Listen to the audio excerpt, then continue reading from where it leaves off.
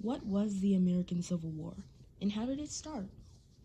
To make things make more sense, the South in America had relied heavily on slavery as their main form of labor.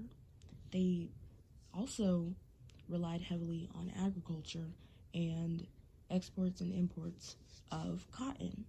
Because of the South's high dependency on slavery, this caused growing sectionalism between the North and the South on arguments of whether to expand slavery to Western territories. Acts like the Northwest Ordinance Act, as well as many compromises in order to keep the equilibrium of slave and free states, started to grow tensions between the North and the South because they cannot agree on whether to expand slavery or to not allow it to spread into more territories. Events like the Kansas-Nebraska Act, the Missouri Compromise, the Great Compromise, all of these events ended up leading to the Civil War. After the election of 1860, when Lincoln is elected president, the South takes this very harshly and feels extremely unrepresented in the government. And so in December of 1860, South Carolina secedes from the nation. Following South Carolina, many other southern states also secede, and they form what is known as the Confederacy. So now there is the Union, which is majority northern states, and then the Confederacy, which is those southern states that are arguing to keep slavery. And as Lincoln was elected, they were concerned about losing their rights to own slaves, and so that is why they seceded.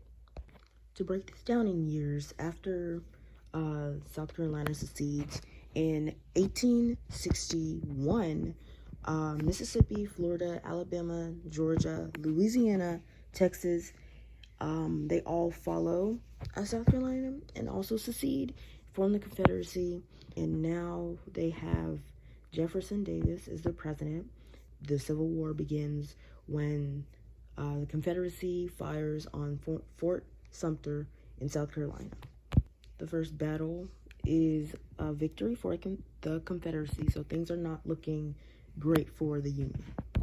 1862 is a very prominent year. The Battle of Shiloh takes place. Lots of casualties, as well as the Battle of Antietam, which was the bloodiest day in American history at the time. It was tragic, but it did end in a victory for the Union. So this is progress. 1863 is also a very important year because of the Emancipation Proclamation, which is issued by President Lincoln, which states that all the slaves in Confederate territories are free, which obviously this is a big uproar.